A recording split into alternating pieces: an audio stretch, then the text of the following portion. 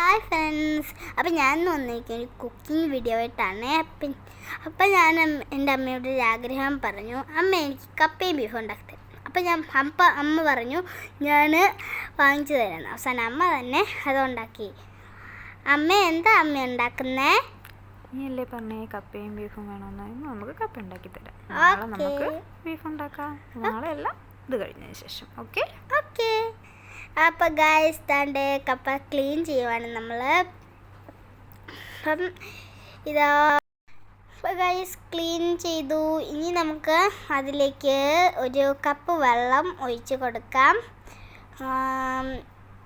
അപ്പം ഗായ്സ് കുറച്ച് കപ്പയിലേക്ക് 2 കപ്പ്, ഒരു കപ്പല്ല, കപ്പ വേകാനുള്ള വെള്ളം ഒഴിക്കണം. കപ്പ വേകാനുള്ള അത്രയും വെള്ളം ഒഴിച്ച് കൊടുക്കണം ഗായ്സ്. അപ്പം അത് ഒഴിച്ച് കഴിഞ്ഞിട്ട് ഒരു കപ്പ്. അപ്പോൾ ഗൈസ് ഇനി നമുക്ക് സ്റ്റൗവിലേക്ക് എടുത്ത് വെക്കാം. അപ്പോൾ ഗൈസ് തീ കത്തിച്ചിരിക്കുന്നു ഗൈസ്. അപ്പോൾ ഇതാ കപ്പ വേകുന്നുണ്ട് ഇവിടെ ഇരുന്ന്.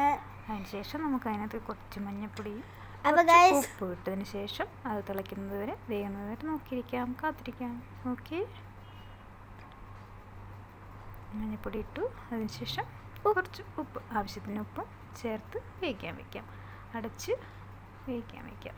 ഓക്കെ.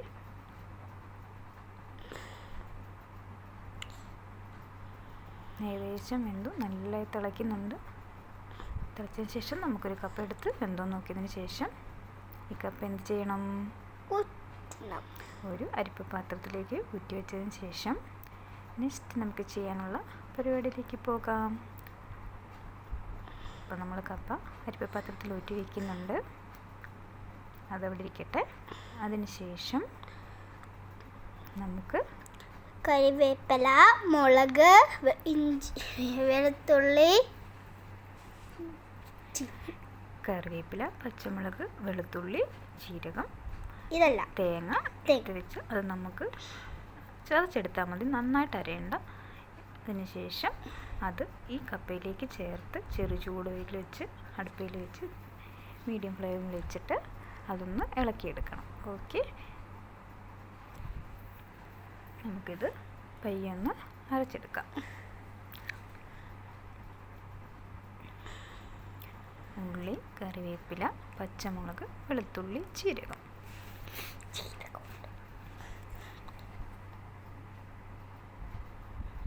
അരച്ചെടുക്കുന്നുണ്ട്. അതിനുശേഷം കപ്പ വീണ്ടും എടുത്ത് സ്റ്റൗവിലേക്ക് വെക്കാം. കുക്കർ അതിലേക്ക് നമ്മുടെ കപ്പ ഇട്ട് കൊടുക്കാം.